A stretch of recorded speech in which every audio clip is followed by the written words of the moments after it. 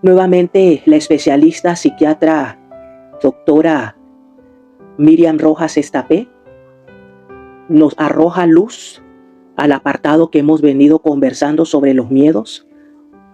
Agregaremos traumas, heridas que están allí, pero si logramos identificarlos, nos permitirá sanar. Todos nosotros tenemos heridas, traumas de nuestra infancia, de nuestra juventud, que no hemos sido capaces de cerrar.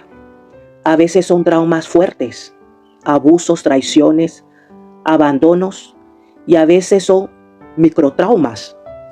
Pero tú notas que cuando echas la vista atrás, te siguen doliendo. ¿Sabías que la felicidad consiste en conectar de forma sana con el presente, habiendo superado las heridas del pasado y mirando con ilusión al futuro? Cuando se nos distorsiona este esquema del pasado, presente y futuro, cuando surge el miedo. Todos nosotros tenemos miedos a ciertas cosas que nos pueden suceder o que nos pueden volver a suceder. Algo que nos sucedió en la infancia, en la juventud, y que uno de repente se queda reactivado o en estado de hiperalerta por ese trauma que sucedió. Otras veces son miedo al futuro, a que nos pasen cosas malas. Y ese tema del miedo nos tiene en estado de alerta mantenido. Probablemente sabes lo que sucede cuando existe el miedo, cuando se activa tu estado de alerta o de vigilancia, cómo se activan esas hormonas, ese cortisol, cómo todo tu organismo cambia y estás deseando luchar o huir y a partir, escapar. O a veces bloqueas, cómo esos estados de estrés y de miedo mantenido son capaces de cambiar tu forma de conectar con la realidad. También sabes que el 90% de eso que te preocupa nunca va a suceder, pero nuestra mente y nuestro cuerpo no distinguen los miedos de verdad de los miedos irracionales. Cuando el miedo se instala, cuando vives situaciones de estrés crónico, de incertidumbre mantenida, empieza la tristeza, empieza la ansiedad generalizada, empieza los problemas de sueño. Empiezas a interpretar de forma negativa todo lo que tiene que ver con las relaciones sociales. Cambia tu salud, cambia tu cuerpo, tu sistema inmune se deteriora. Por lo tanto, es muy importante que identifiquemos cuáles son nuestros miedos, dónde se originan y cómo atajarlos. ¿Qué es el miedo? El miedo es como un azote, un golpe repetido que palpita interiormente y nos distorsiona, nos perturba y nos quita la paz. La especialista psiquiatra sugiere: en esta vida yo suelo recomendar a la gente que tome un tiempo para frenar, analizar y conocer. Cada vez conocemos mejor cómo funciona nuestro cerebro, la neurociencia de las emociones, para conocernos, comprendernos, aceptarnos y ser capaces de superar lo que nos sucede. Si te analizas, es importante que pensaras cómo son tus relaciones humanas, cómo son tus pensamientos, cómo son tu forma de ver la vida y cómo te enfrentas a las diferentes circunstancias que surgen en tu exterior. Puede ser de aquellos que confías en todo el mundo y seas un ingenuo, o puede ser que aquellos que desconfías de todo. Puede ser de esas personas que te abres y que cuentas tu vida a las personas que aparecen por tu camino, o al revés, que tiendes a ser demasiado precavido y prudente y nunca te abres a nadie. Puede ser de esas personas que intentan agradar a todo el mundo y que no sabes decir que no, o de aquellos que eres un no tajante constantemente. Puede ser de esas personas que te hablas bien, te dicen las cosas con cariño, quizás a veces con demasiado narcisismo, o de ser de esas personas que tienes una voz interior constante, que te habla mal, que te machaca y te haces autosabotaje. Puedes ser de esas personas que vives obsesionado con gustarle a todo el mundo y que eso te produce una inquietud brutal porque nunca vamos a gustarle a todo el mundo. Puedes ser de esas personas que evitas a toda costa los conflictos y el enfrentamiento y te escondes cuando hay conflicto, tiendes a aceptar cosas que no deberías con tal de evitar el enfrentamiento o el conflicto. Puedes ser de esas personas que te avergüenzas de ti mismo, te sientes culpable, no te gustas como eres y tiendes a esconderte. Puedes ser de esas personas que te gustas presumir de todo y necesitas contarle a todo el mundo lo bueno que te pasa o las cosas buenas que le suceden a todos aquellos de tu entorno. O puedes ser de esas personas que necesites siempre quedar por encima y que siempre se te note que tú sabes más que los demás. Puedes ser de esas personas que te cueste mostrar debilidad y entonces vas con una coraza por la vida. Y en esa coraza hay antipatía, a veces hay narcisismo, a veces hay dureza. A la hora de comentar las cosas que suceden, puedes ser de esas personas que exageras las historias y las cosas para que te hagan caso, porque quieres ser durante unos instantes el centro de atención. Puedes ser de esas personas que te guste el conflicto, que te guste generarlo, que te guste discutir, que te sientas más vivo, más viva cuando hay movida en el entorno y te guste activar. La pregunta es, ¿qué imagen desastrosa sale de tus pensamientos sobre ti? Todos tenemos esa imagen horrible que nos surge de vez en cuando sobre nosotros mismos, que nos fíen en algo, que nos vean, que nos humillen, que todos tenemos una zona secreta. ¿Cuál es la tuya? En esos momentos que estás angustiado, agotado, triste, solo, ¿cuál es esa imagen desastrosa? ¿Me quedo solo? ¿Me abandonan? Identifíquela. Y en definitiva, quinta pregunta, ¿cuál es tu miedo? ¿Dónde se origina tu miedo? No olvides que una persona con cierta madurez y con cierto equilibrio de su personalidad, no olvidemos que siempre estamos en constante avance y desarrollo madurativo, emocional y cognitivo. Pero una persona equilibrada tiene los miedos justos. Una persona inestable, una persona herida, una persona inmadura tiene grandes miedos que lo bloquean y le impiden conectar de forma sana con su presente. Muchas veces, cuando tenemos miedos, nos planteamos delante del miedo de dos maneras. Una es un choque directo. Me da miedo el fuego, pues entonces tengo que ponerme a encender cerillas constantemente.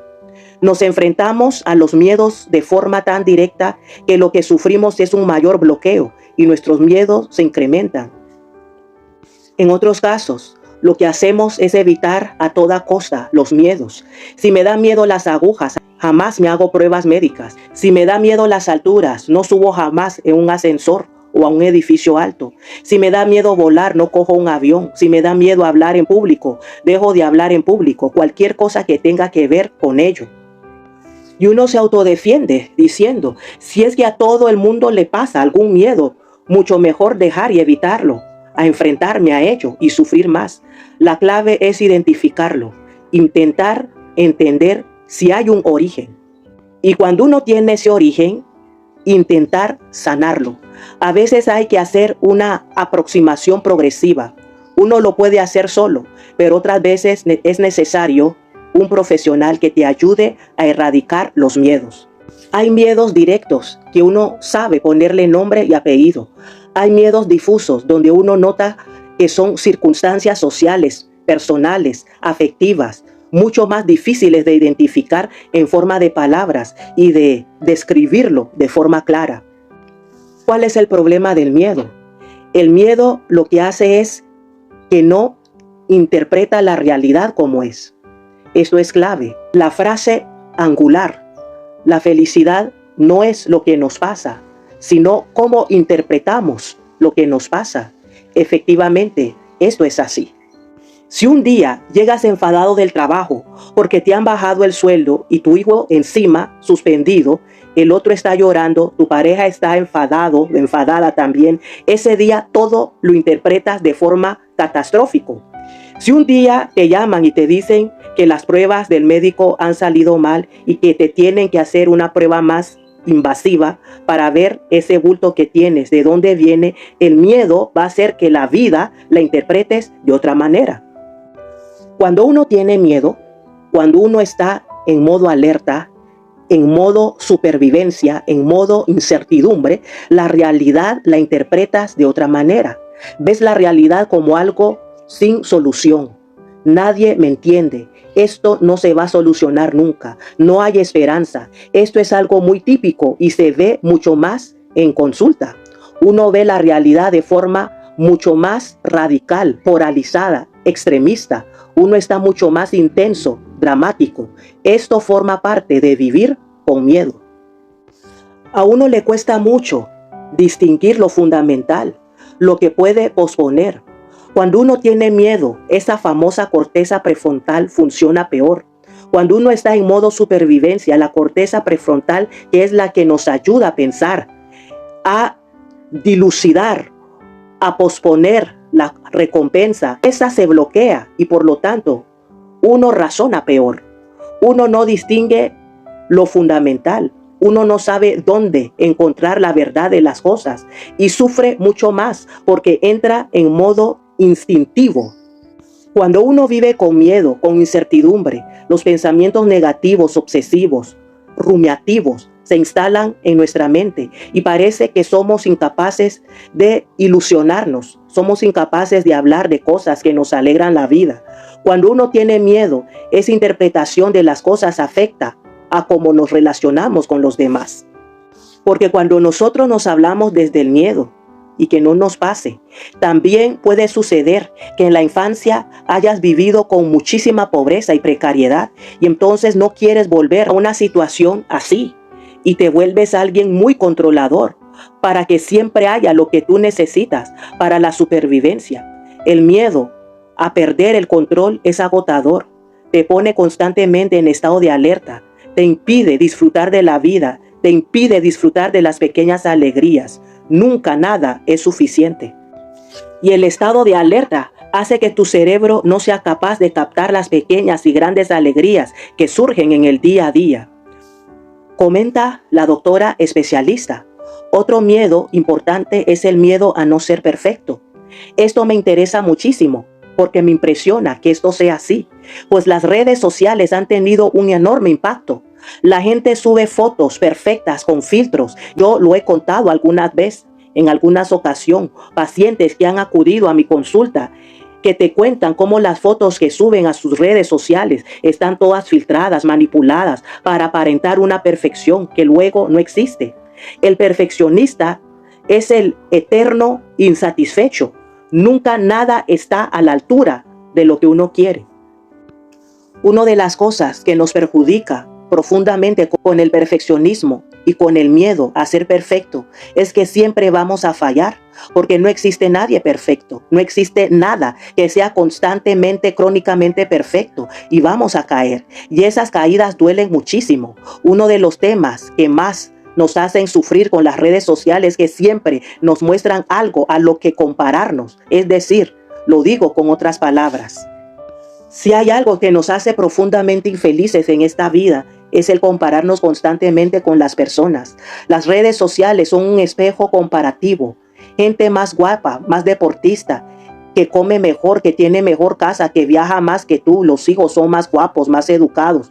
Todo es mejor que lo tuyo. Si no eres capaz de identificar cómo esa comparativa te recuerda constantemente que no eres suficiente, esto es profundamente agotador, hiriente y nos puede llegar a producir un estado de enorme vacío.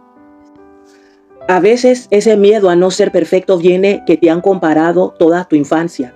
Tu hermano era más listo, este primo, esa historia comparativa es agotadora y entonces tú buscas metas inalcanzables, modelos inalcanzables en ti mismo o en los tuyos para que esto no suceda. Y tú tienes la sensación de que siempre se te está juzgando, se te está valorando desde un plano de la perfección. Ese miedo a no ser perfecto produce un daño enorme en nuestro espíritu, en nuestra alma, en nuestra mente. Y nos lleva a un estado de enorme insatisfacción vital. El otro miedo es a no ser importante, y esto es clave. Este miedo aquí lo que surge es una infancia donde alguien se le abandonó, donde alguien fue abandonado, se le ha rechazado, se le ha humillado, se le ha descuidado, se le ha denigrado, se le ha dejado aparte donde esa persona no se le ha querido. ¿Sí? Y este miedo al abandono, al rechazo, a no ser querido, repercute en un dolor social. Ese sentirse excluido tiene un impacto terrible en nuestra mente, en nuestro cuerpo y en nuestra conducta. Aquí, ¿qué pasa?